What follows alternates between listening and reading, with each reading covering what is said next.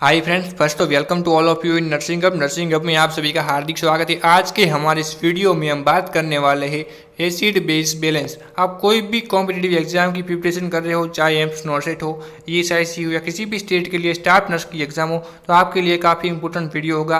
कोई भी competitive exam में एसिडोसिस और अल्कोलोसिस वाले एक या दो क्वेश्चन हर एक एग्जाम में आते हैं। चलिए शुरू करते हैं। टॉपिक स्टार्ट करने से पहले मैं आपको पीएच के बारे में कुछ बताना चाहूँगा। आपको मालूम ही होगा कि 0 से 7 तक की पीएच को हम एसिडिक और 7 से 14 तक की पीएच को बेस यानी अल्कलाइन पीएच बोलते हैं। और 7 पॉइंट है वो न्यूट्रल पॉइंट है, ना तो उसकी पीएच एसिडिक है ना तो बेसिक है। फिर से मैं रिपीट कर देता हूँ, 0 से 7 तक की पीएच को एसिडिक बोलते हैं और 7 से 14 तक की पीएच को बेस और अल्कलाइन पीएच भी बोलते हैं। और 7 पॉइंट है वो न्यूट्रल पॉइंट है, ना तो उसकी पीएच एसिडिक है ना तो बेसिक है। ठीक है, आगे बात करते हैं। अब यहाँ पर पीएच स्केल आपको यहाँ पर दिख रहा है। 0 से 7 तक की पीएच को यहाँ पर एसिडिक बताया है, 7 से 14 तक के पीएच को बेस यानी अल्कलाइन पीएच बताया है और 7 पॉइंट है वो न्यूट्रल पॉइंट है। कौन सा सॉल्यूशन है वो न्यूट्रल सॉल्यूशन है, तो H2O है वो न्यूट्रल सॉल्यूशन है। आपको याद रखना है H2O। आगे बात करते हैं। हम पीएच की वैल्यू की बात कर लेते हैं। तो आपको यहाँ पर पीएच की नॉर्मल वैल्यू दिख रही है। पीएच की नॉर्मल वैल्यू कितनी होती है, तो पीएच की नॉर्मल वैल्यू होती है 7.35 से 7.45 होती है। आप यहाँ आपको ये वैल्यू याद रखनी है। पीएच की जो वैल्यू है वो 7.35 से नीचे होगी, डिक्रीज होगी, तो उस कंडीशन में क्या, उसको हम क्या बोलते हैं, उसको हम एसिडोसिस बोलते हैं। पीएच है वो 7.35 से नीचे आएगी, उसको हम एसिडोसिस बोलते हैं। और पीएच की वैल्यू इंक्रीज होगी, बढ़ेगी, उस कंडीशन को हम क्या बोलते हैं, उस कंडीशन को हम अल्कोलोसिस बोलते हैं।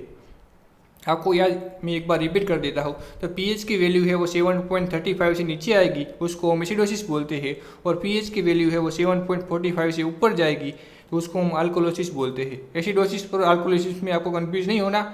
नीचे आएगी उसको एसिडोसिस बोलते हैं और ऊपर जाएगी उसको अल्कोलोसिस बोलते हैं। नीचे आपको 2 पॉइंट दिख रहे हैं, 2 पॉइंट भी काफ़ी इंपॉर्टेंट है। जो हमें रेस्पिरेटरी एसिडोसिस और रेस्पिरेटरी अल्कोलोसिस मेजर करना हो तो किसके जरिए हम पता कर सकते हैं, तो इसका इंडिकेटर क्या है, इसका इंडिकेटर है कार्बन डाइऑक्साइड CO2। और मेटाबॉलिक एसिडोसिस और मेटाबॉलिक अल्कोलोसिस हमें मेजर करना हो तो उसके लिए इसका इंडिकेटर क्या है, उसका इंडिकेटर है बाइकार्बोनेट आयन HCO3। ये आपको याद रखना है। आगे बात करते हैं। आपको यहाँ पर partial pressure of carbon dioxide की वैल्यू भी याद रखनी है। Partial pressure of carbon dioxide कितना होता है, वो होता है 35 से 45 mmHg होता है।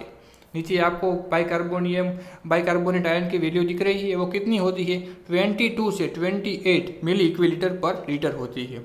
नीचे आपको दिख रही है पार्शियल प्रेशर ऑफ ऑक्सीजन, वो कितना होता है, वो होता है 80 से 100 mmHg होता है।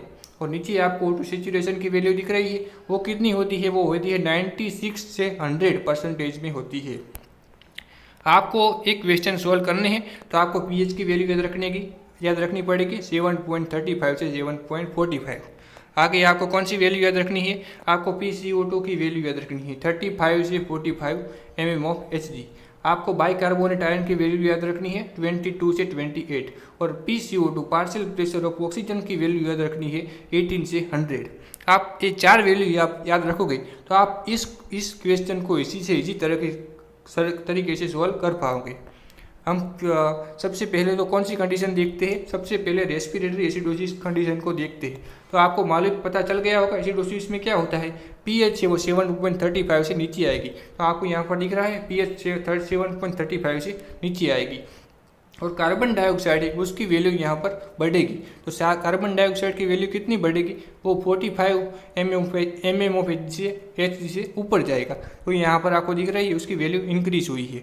और आपको ये पॉइंट यहाँ पर याद रखना है, पीएच और कार्बन डाइऑक्साइड एक दोनों यहाँ पर एक दूसरे के ऑपोजिट है। पीएच की वैल्यू यहाँ पर डिक्रीज हुई है तो कार्बन डाइऑक्साइड की वैल्यू यहाँ पर इंक्रीज हुई है। एक दोनों के वो ऑपोजिट है, एक दोनों के दुश्मन है। चलिए दूसरी कंडीशन की बात करते हैं। यहाँ पर आपको दिख रही है रेस्पिरेटरी अल्कोलोसिस। तो रेस्पिरेटरी अल्कोलोसिस में क्या होता है, आपको नाम देख के ही पता चल गया कि अल्कोलोसिस आया तो यहाँ पर पीएच है वो यहाँ पर 7.45 से ऊपर होगी। ठीक है, तो आपको यहाँ पर दिख रहा है 7.45 से ऊपर होगी। और पीएच और PCO2 की वैल्यू आपको यहाँ पर कितनी होगी, PCO2 की वैल्यू तो वो 35 mmHg से नीचे आएगी। तो यहाँ पर pH बढ़ी है तो PCO2 की वैल्यू नीचे आएगी, एक दूसरे के वो ऑपोजिट है। ठीक है, आगे बात करते हैं। अब आया मेटाबॉलिक एसिडोसिस। मेटाबॉलिक एसिडोसिस में क्या होता है, पीएच और HCO3 बाइकार्बोनेट आयन है, एक दूसरे की वैल्यू सिमिलर होती है। जो पीएच की वैल्यू डिक्रीज हुई तो HCO3 बाइकार्बोनेट आयन की वैल्यू भी डिक्रीज होगी। पीएच की वैल्यू इंक्रीज हुई तो बाइकार्बोनेट आयन की वैल्यू भी इंक्रीज होगी। एक दूसरे के वो दोस्त थे, वो आगे की कंडीशन में क्या था, वो एक दूसरे के दुश्मन थे। वो एक उसकी पीएच की वैल्यू बढ़ी तो उसकी वैल्यू यहाँ पर पीएच की वैल्यू बढ़ी तो उसकी वैल्यू डिक्रीज होती है। मगर यहाँ पर क्या होगा, मेटाबॉलिक एसिडोसिस में पीएच की वैल्यू यहाँ पर डिक्रीज हुई है, पीएच 7.35 से नीचे आएगी तो बाइकार्बोनेट आयन है उसकी वैल्यू भी 22 मिली इक्विलीटर पर लीटर से नीचे आएगी। एक दूसरे के यहाँ पर सिमिलर है, ठीक है, दोस्त है। अब बात करते हैं मेटाबॉलिक अल्कोलिसिस के बारे में बात करते हैं। तो मेटाबॉलिक अल्कोलिसिस में क्या होगा, आपको अल्कोलिसिस आया तो पता चल गया होगा कि अल्कोलिसिस में क्या होगा, पीएच है वो 7.45 से ऊपर जाएगी और HCO3 की वैल्यू है वो 28 से ऊपर जाएगी। एक दूसरे के सिमिलर है तो दोनों की वैल्यू यहाँ पर आपको दिख रही है, दोनों की वैल्यू बढ़ी हुई है। अब आते हैं हम क्वेश्चन पर आते हैं। आपको यहाँ पर पहला क्वेश्चन दिख रहा है, EBG की वैल्यू यहाँ पर दी गई है, पीएच कितनी है, पीएच है 7.6 यहाँ पर आपको दिख रही है। Partial pressure of carbon dioxide की वैल्यू दी गई है 30 mm ऑफ Hg है और HCO3 की वैल्यू दी गई है 24 दी गई है, ठीक है। आपको यहाँ पर पीएच है वो क्या है, पीएच यहाँ पर बढ़ी हुई है, उस कंडीशन को हम क्या बोलते हैं, पीएच यहाँ पर बढ़ी हुई है तो यहाँ पर अल्कोलोसिस है। तो यहाँ पर एसिडोसिस वाले ऑप्शन को हम निकाल देते हैं, एसिडोसिस वाले ऑप्शन को हमने निकाल दिया, ठीक है। अब बच्चे कौन से, यहाँ पर पीएच की वैल्यू बढ़ी है और partial pressure of carbon dioxide की वैल्यू हम देखते हैं। तो partial pressure of carbon dioxide कितना होता है, उसकी वैल्यू भी यहाँ पर क्या हुई है, उसकी वैल्यू यहाँ पर डिक्रीज हुई है, यहाँ पर 30 है। नॉर्मल कितना होता है, नॉर्मली होता है वो 35 से 45 mm ऑफ Hg होता है। तो इस कंडीशन को हम क्या बोलते हैं, अब आगे देख कर आते हैं कि पीएच की वैल्यू बढ़ी हुई हो और कार्बन डाइऑक्साइड की वैल्यू डाउन हो तो उसको हम क्या बोलते हैं। तो ये हमारी कंडीशन यहाँ पर आ गई, ठीक है, ये कंडीशन हमारी यहाँ पर आ गई। पीएच यहाँ पर बढ़ी हुई है और कार्बन डाइऑक्साइड की वैल्यू यहाँ पर है, तो इस कंडीशन को हम क्या बोलेंगे, रेस्पिरेटरी अल्कोलिसिस बोलेंगे। चलिए हम क्वेश्चन पर आ जाते हैं।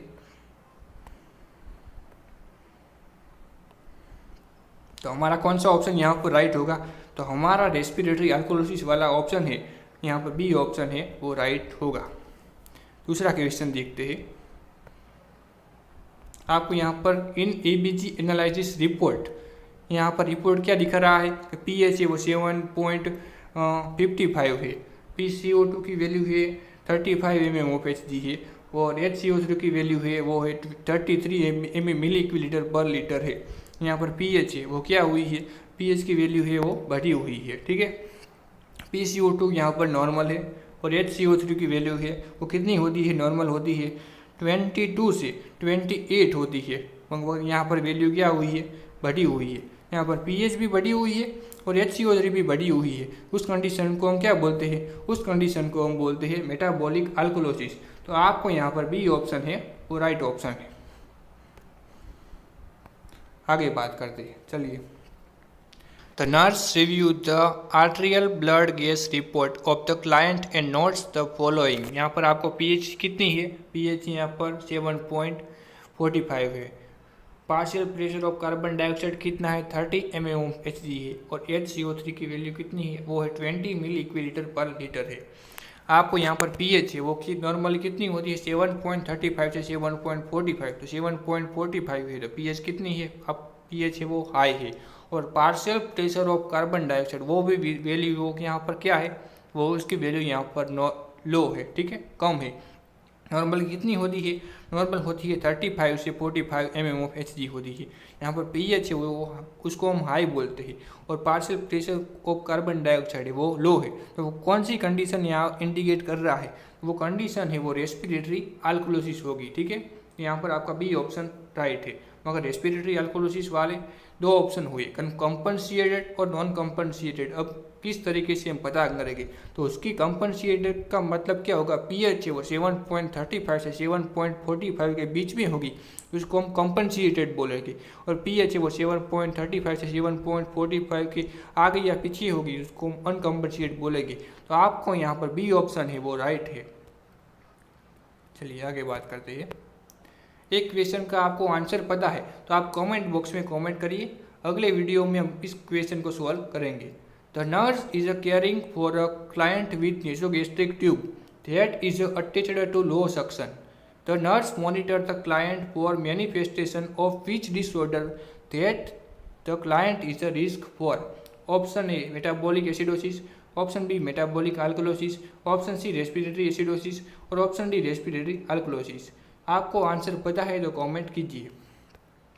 आपको वीडियो अच्छा लगा हो तो लाइक कीजिए, अपने दोस्तों के साथ शेयर कीजिए और हमारे चैनल को सब्सक्राइब कीजिए। साथ ही साथ हमारे इंस्टाग्राम पेज को और फेसबुक पेज को भी फॉलो कीजिए।